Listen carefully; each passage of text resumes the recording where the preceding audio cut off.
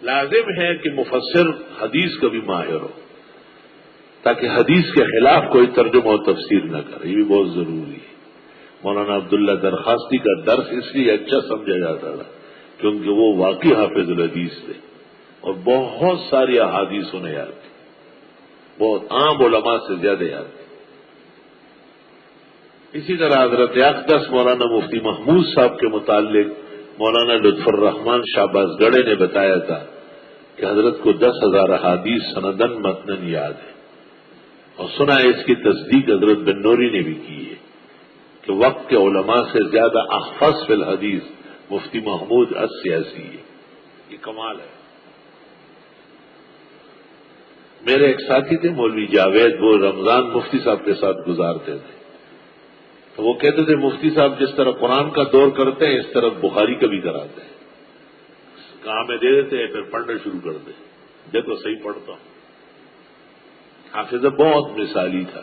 حضرت کی وفات پر بھی حضرت مولانا محمد تقی عثمانی دامت برکاتہم نے البلاغ میں لکھا ہے کہ آپ جیسے حافظہ اور علمی استحضار خال خال دیکھا ہو۔ تو یہ بھی لکھا ہے کہ اکثر احادیث آپ سندن متنن پیش کرتے ہیں۔ پس ڈگمگا دیا ان کو شیطان نے جنت سے اور نکال دیا ان کو جہاں وہ تھے۔ ہم نے کہا اترو، باز تمہارے باز کے دشمن ہوں گے اور تمہارے لیے روئے زمین میں جائے قرار ہے اور فائدہ اٹھانا ہے، لیکن ایک وقت تک الہی، ہمیشہ نہیں۔ دنیا تو ہمیشہ کی جگہ نہیں ہے۔ آدم علیہ السلام نکل آئے، سرندیب ایک جگہ ہے، قدیم زمانے میں سیلون کہلاتا تھا، آج کل سری لنکا ہے۔ 2 دفعہ وہاں جانا نصیب ہوا ہے الحمدللہ، یا 3 دفعہ۔ ایک پہاڑ ہے، 6 گھنٹے تک گاڑی چلتی ہے، بہترین روڈ بنے، اور پھر 2-2.5 گھنٹے اور چلنا ہوتا ہے، پورا دن گزرتا ہے، تب اس پہاڑ پہ پہنچتے ہیں جس میں آدم علیہ السلام اترے۔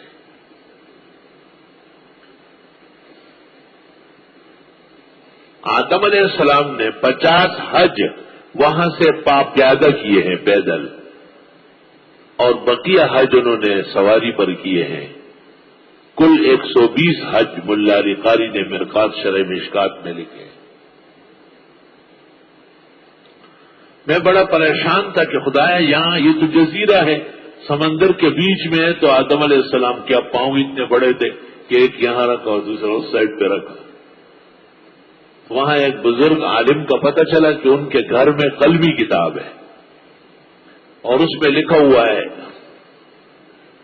کہ طوفان نوح تک پیدل کا راستہ موجود تھا، طوفان نوح میں وہ سارا مل گیا ہے،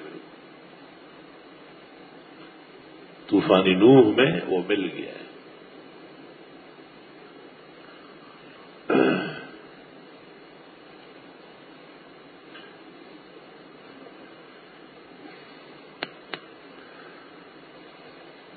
آدم علیہ السلام کا ذکر بھی پہاڑ کے ساتھ ہے، نوح علیہ السلام کا ذکر بھی پہاڑ کے ساتھ ہے۔ وَاسْتَوَتْ عَلَى الْجُودِي، کہ حضرت کی کشتی جودی پہاڑ پہ آ کے رک گئی ہے۔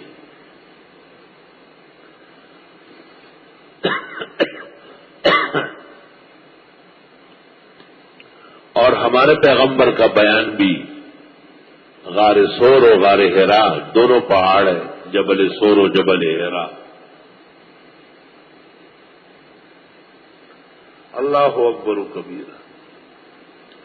کہتے ہیں ہر سرزمین تبدیل ہو جاتی ہے لیکن پہاڑ قائم رہتا ہے۔ اس لیے انبیاء علیہ السلام کی یادیں امتوں کے سبق کے لیے وہ پہاڑوں سے وابستہ کی گئی۔ آدم علیہ السلام روئے زمین میں سرندیب میں اتارے، اس میں کوئی اختلاف نہیں، اس کو قدم آدم بھی کہتے ہیں، اس جگہ کو قدم آدم۔ قدیم ہند ہے، حال سری لنکا ہے، اور بی بی حوا جدے میں اتری ہے، جدہ دادی، اور دونوں کی ملاقات عرفات میں ہوئی ہے. دیدن دے حج مخدم کدا او دا عرفات پر ڈیرئی سوال ورتکو.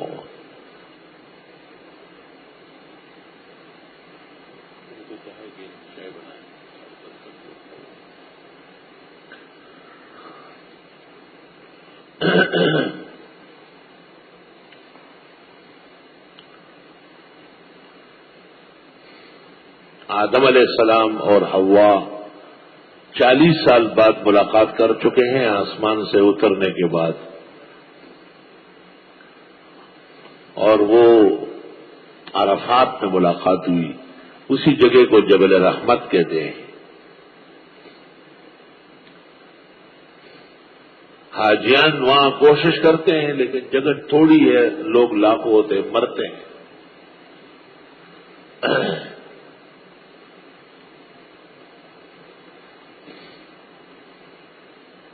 اور آدم علیہ السلام کہتے روتے تھے، اتنے روئے ہیں کہ حضرت کے چہرے پر آنسو کے زخم ہو گئے.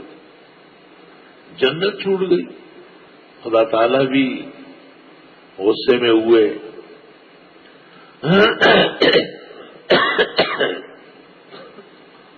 40 سال پورے ہونے کے بعد اللہ تعالیٰ نے ان کی توبہ قبول کی اور ان کو کچھ کلمات القاء کیے ہیں.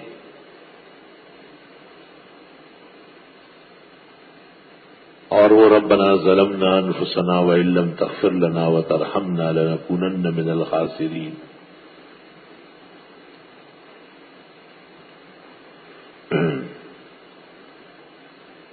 بعض کتب تفسیر میں بھی ہے اور احادیث میں بھی کہ آدم علیہ السلام کو جب پیدا کیا گیا تو انہوں نے عرش کی ایک طرف دیکھا تھا محمد الرسول اللہ فاستشفع به فشفع. حضرت نے اس کی شفاعت سے دعا مانگی، قبول ہو گئی. یہ روایت کئی طرق سے ہیں، بعض طرق مکذوب ہے. شیخ القرآن مولانا غلام اللہ یا حضرت شیخ القرآن پنجپیر نے البصائر میں ان طرق پر کلام کیا ہے جو مکذوب ہے. واقعی ان طرق پر کلام نہیں کیا ہے جو سلیم ہے، صحیح ہے. وہ طرق محقق الاسر ترجمان مسلک دیوبند مفخر احناف حضرت اقدس مولانا سرفراز خان نے تسکین الصدور میں لکھی اور خالد محمود نے مقام حیات میں نقل کی ہے اور شیخ الحدیث نے فضائل ذکر میں نقل کی ہے. علامہ آلوسی نے روح المعانی میں لکھا ہے کہ آدم علیہ السلام نے کلمات کے ذریعے دعا مانگی تو قرآن کریم میں عیسیٰ علیہ السلام کے لیے آیا ہے وہ کلمتہ، خدا کا کلمہ تھا. تو اگر محمد صلی اللہ علیہ وسلم کلمات ہو تو یہ کوئی بعید نہیں ہے. گویا اس روایت کی تصحیح فرمائی ہے آلوسی نے. فتلقى آدم من ربه کلمات.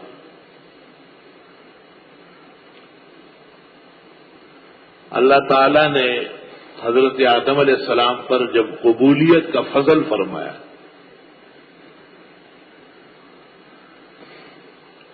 تو حضرت آدم نے سیکھ لیے اللہ تعالیٰ سے، اپنے رب سے. وہی چونکہ الحمدللہ رب العالمین ہے اور یا ایھا الناس اعبدوا ربکم کا تعارف ہے تو بیشتر ربوبیت کا ذکر ہو رہا ہے. پس سیکھ لیے آدم علیہ السلام نے اپنے رب سے چند کلمے. فتاب علیہ، اللہ نے ان کی توبہ قبول کی. انہ هو التواب الرحیم، بے شک وہ خوب توبہ قبول کرنے والے، رحم والے. یا ایک بات یاد رکھیں، بعض مشائخ قرآن کہتے ہیں کہ قرآن کریم میں تو ربنا ظلمنا انفسنا ہے، تو اس کے علاوہ بھی روایات بہت ساری ہے. عبداللہ ابن مسعود نے سبحانک اللہم بتایا ہے. بعض صحابہ نے اور کلمات کا بھی ذکر کیا ہے صحیح سند کے ساتھ. اور اگر یہ ثابت ہو جائے کہ قرآن کریم میں ہے اسجدو ارکعوا سجدہ اور رکوع قطعی طور پر فرض ہے، کیا سبحان ربی العظیم و سبحان ربی الاعلی وہ تو اس میں پڑھا جاتا ہے، گو وہ احادیث سے ثابت ہے۔ اسی طرح نفس سے کلمات ربنا ظلمنا انفسنا یا دوسرے کلمات منزل من اللہ ہے، لیکن آدم علیہ السلام کی توبہ تب قبول ہوئی جب اس میں رسول اکرم صلی اللہ علیہ وسلم کا بھی ذکر ہوا ہے۔ مفسرین کے ہاں یہ روایت قابل قبول ہے، اس پہ کوئی اعتراض نہیں ہوا ہے۔ یہاں تک کہ حضرت امام الازہر مولانا انور شاہ صاحب نے بھی مشکلات القرآن میں قبول فرمایا ہے۔ اور آپ جانتے ہیں کہ شاہ صاحب کس پائے کے محدث ہیں، ذرا سے بھی غبار ہوتا تو دور پٹاخ دیتے اس کو۔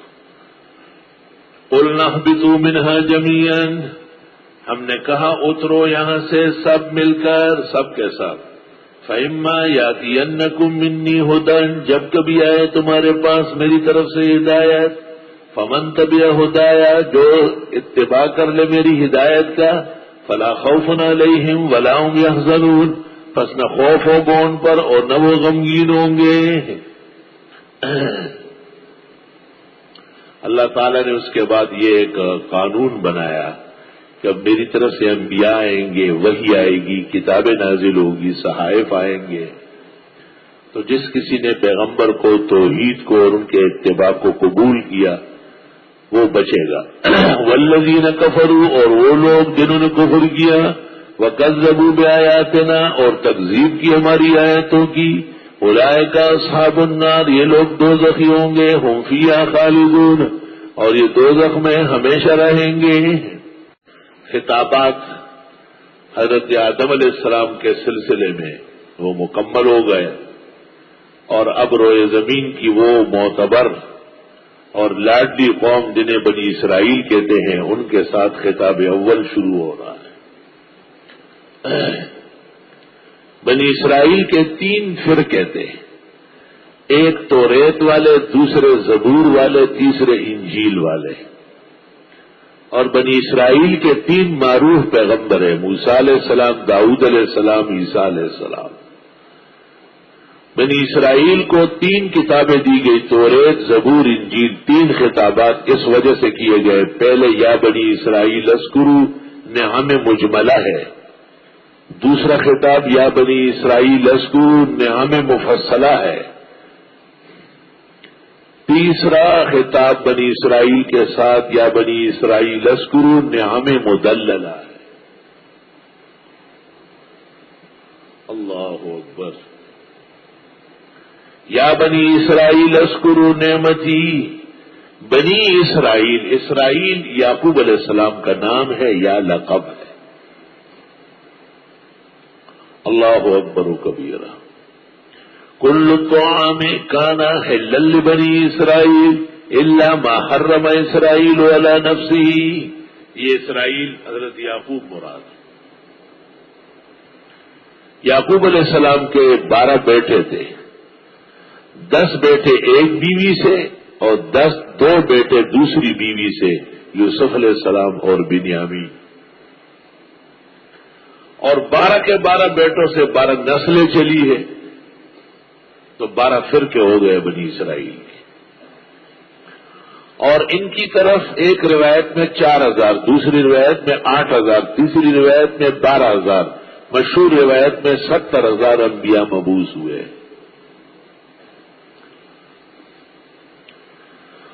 جب یہ انبیاء کے متبع اور صادق تھے تو ان پر نعمتوں کی بارش تھی، انہیں من و سلوا کھلایا گیا، انہیں ہر طرح کے خاطر مدارات سے مالا مال کیا گیا، اور جب یہ رائے راست سے ہٹ گئے تو ان سے زیادہ خراب دنیا میں نہیں تھے۔ وَجَعَلَ مِنْهُمُ الْقِرَدَةَ وَالْخَنَازِيرَ وَعَبَدَ الطَّاغُوتَ، سورہ مائدہ۔ یا بنی اسرائیل، اے بنی اسرائیل، اذکروا نعمتی، یاد کرو میری نعمت، التی انعمت علیکم، وہ جو میں نے انعام کیا تھا تم پر، واوفوا بعہدی، پورا کرو میرا عہد و پیمان، اوفی بعہدکم، میں بھی پورا کر دوں گا تم سے عہد و پیمان، وایای فارہبون، اور مجھے سے ڈرا کرو۔ اللہ اکبر۔ اسرائیلیوں کو کہا میری کچھ نعمتیں تمہیں یاد ہوگی، یہ کم نعمت ہے کہ انبیاء تم میں بھیجے ہیں۔ وَجَعَلَكُم مُلُوكًا، تمہیں سلطنتیں دی ہے مختلف ملکوں کی۔ وَآتَاكُم مَا لَمْ يُؤْتِ أَحَدًا مِّنَ الْعَالَمِينَ، وہ نعمتیں تمہیں دی جو کسی اور کو کائنات میں نہیں ملی۔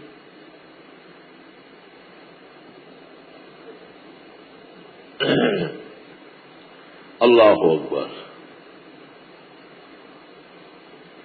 اے اسرائیلیوں یاد کرو میری نعمت، جیسے ہم کہے دور تفسیر والو احسن العلوم کے احسانات و قدر و منزلت پہچان لو۔ ایسے آرام دہ بہترین مقامات میں عزت و احترام کا سبق نصیب ہو رہا ہے الحمدللہ۔ کچھ اور جگہ سے بہتر انشاءاللہ تعالی نشست و برخاست اور اس کے آداب نصیب ہوں گے۔ جب آدمی کو احسان کا احساس ہو تو وہ مطیع رہتا ہے، فرمان بردار رہتا ہے۔ بیٹے کو جب پتا ہو کہ میرے باپ نے میرے لیے بہت کچھ کیا ہے تو بہت خیال رکھتے اس زمانے کے بیٹے، ورنہ تو باپ کا باپ ہونا ہی کافی ہے، وہ جیسے بھی ہو۔ اللہ اکبر۔ انسان جب نعمت کو مانتا ہے تو اس پر 3 اثرات ہوتے ہیں۔ منعم کا ذکر محبت سے کرتا ہے، منعم کو خوش کرنے کی کوشش کرتا ہے، سرتوڑ کوشش کر کے اس کی اطاعت اور فرمانبرداری یقینی بناتا ہے۔ 3 اثرات ہوتے ہیں۔ ایک اس کا ذکر خیر سے محبت سے کرتا ہے، اور دوسرا اس کی خوشنودی ڈوبتا ہے، اور تیسری اس کی اطاعت اور فرمانبرداری سے سرتابی نہیں کرتا۔ تم بھی اپنے گریبان میں جھانک کہ آپ کے کوئی منعم و محسن ہے، اور آپ اپنے بڑوں کے ساتھ یہی برتاؤ کرتے ہیں، بہترین نام لینا، عمدہ مقامات کے ساتھ ان کو راضی رکھنا اور ان کی اطاعت و فرمانبرداری کرنا۔ امام ابو یوسف کو جو کوئی کہتا قال شیخوں کا ابو حنیفہ قضا، آپ کے استاد امام ابو حنیفہ نے یہ کہا، تو امام ابو یوسف کہتے اغسل فمک اولا بالماء الحار والصابون ثم قل ابا حنیفہ، پہلے اپنے منہ کو گرم پانی اور صابن سے کنگالو، پھر میرے استاد کا نام لو۔ میرے استاد تیرے جیسے نہیں تھے جیسے تو ہے۔ حسن التقاضی فی سیرت امام ابی یوسف القاضی، یہ قلم شیخ محمد زاہد الکوثری۔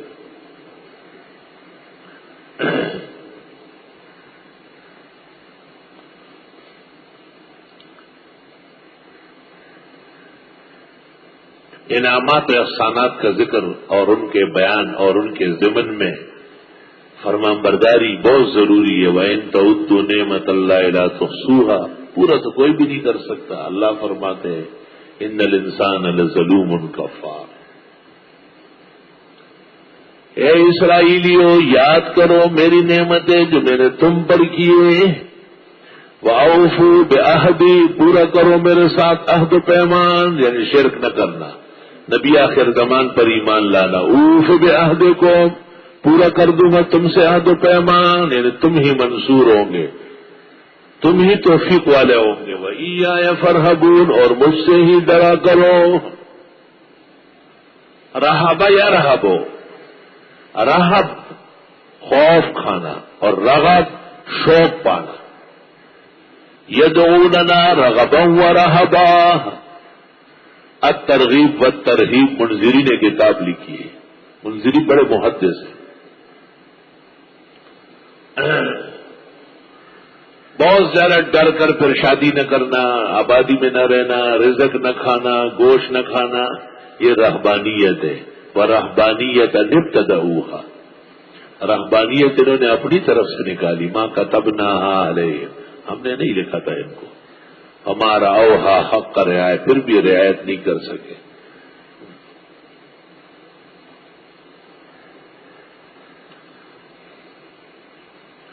لا الہ الا اللہ۔ اے بنی اسرائیل یاد کرو میری نعمت، وہ جو تم پر انعام کر چکا ہوں، پورا کرو میرا عہد، میں بھی پورا کر دوں گا تم سے عہد و پیمان، اور مجھ سے ہی ڈرا کرو۔ یہ ذکر ہے اجمالاً۔ اب اس اجمال کا اس حساب سے تفصیل، وَآمِنُوا بِمَا أَنزَلْتُ مُصَدِّقًا لِمَا مَعَكُمْ، ایمان لے آؤ اس وحی پر جو میں نے اتاری اور وہ تصدیق کر رہی ہے تمہارے ساتھ والے کی، یعنی قرآن۔ وَلَا تَكُونُوا أَوَّلَ كَافِرٍ بِهِ، مت بنو پہلے کفر کرنے والے اس کے۔ تم پہلے لوگ ہو، جب کفر کرو گے تو پہلے کافر بنو گے، ایمان لاؤ گے تو ابتدائی اہل کتاب ایمان والے کہلاؤ گے۔ وَلَا تَشْتَرُوا بِآيَاتِي ثَمَنًا قَلِيلًا، لینے نہیں میری آیتوں پر قیمت تھوڑی بھی۔ اللہ اکبر، پوری دنیا کوئی چیز ہی نہیں ہے دین کے سامنے اور قرآن کے سامنے، لیکن آیت کریمہ اس باب میں ہے کہ وہ دنیا کے عہدے، عزت و شرف، فوائد وغیرہ کو آسرا کر کے حق نہیں بیان کرتے۔ حق بیان کرنا بہت مشکل کا۔ حق کے 3 حق ہوتے ہیں، حق کے 3 حق ہوتے ہیں۔ ایک اس کو جاننا سمجھنا، دوسرا اس پر استقامت اختیار کرنا، اور تیسرا اس کے نافی کو اور دشمن کو نفی کرنا۔ حق ایسا نہیں کہ حق ہے بس آپ گھر بیٹھے ہوئے حق ہے۔ اس سے حق سے کیا بنتا ہے؟ پہلے سمجھو کیا حق ہے، سمجھنا نصف فتح ہے، نصف اطاعت ہے۔ سمجھ گئے، اللہ تعالیٰ نے روشنی عطا فرمائی۔ مسئلہ یہی ہے، اسلام کا 2 ٹوک ہے، اب اس پر ڈٹے رہو، ہلو نہیں۔ اللہ اکبر۔ حضرت اقدس مولانا محمد قاسم نانوتوی نے ایک کتاب لکھی ہے، اس کا نام ہے تحذیر الناس۔ کتاب اس موضوع پر ہے کہ ایک اثر عبداللہ ابن عباس کی طرف منسوب ہے، وَإِن كَانَ مَكْذُوبًا۔ اثر یہ ہے کہ اس دنیا اور اس زمین کے علاوہ اور بھی زمینیں ہیں، فَفِيهَا آدم كَآدَمِكُمْ وَنُوحٌ كَنُوحِكُمْ وَإِبْرَاهِيمُ كَإِبْرَاهِيمِكُمْ وَمُحَمَّدٌ كَمُحَمَّدِكُمْ۔ یہ روایت بالکل جھوٹی ہے اور مکذوب محض ہے، لیکن اگر یہ صحیح ہوتی تو کیا مطلب ہوتا؟ بالفرض والمحال۔ اور فرض الممتنع منطقی کہتے لیس بممتنع، کسی ممتنع جیسے شریک کی باری کو فرض کرنا، یہ تو ممتنع نہیں ہے۔ طلباء جو بڑے ہیں وہ بات سمجھتے ہیں۔ کتاب کا نام ہے تحذیر الناس عن اثر ابن عباس، اردو میں ہے لیکن آپ کو سمجھنے میں 1 سال 1.5 لگے گا۔ اس میں یہ کتاب شائع ہو گئی، نکل گئی، چھپ گئی، بٹ گئی، تو مخالفین نے، دشمنان دین نے اس پہ اعتراضات کا بوچھاڑ کیا۔ حق کتاب کا مقابلہ ہوتا ہے، جو حق راستہ ہو۔ مفتی محمد شفیع نے ختم نبوت کامل لکھی تو ربے سے اور قادیان سے اور احمدی انجمن لاہور سے 15 کتابیں اس کے رد میں آ گئی۔ لوگ سمجھتے نہیں بات۔ کتاب کوئی ڈگر کی ہوتی ہے تو اس کے مقابلے ہوتے ہیں۔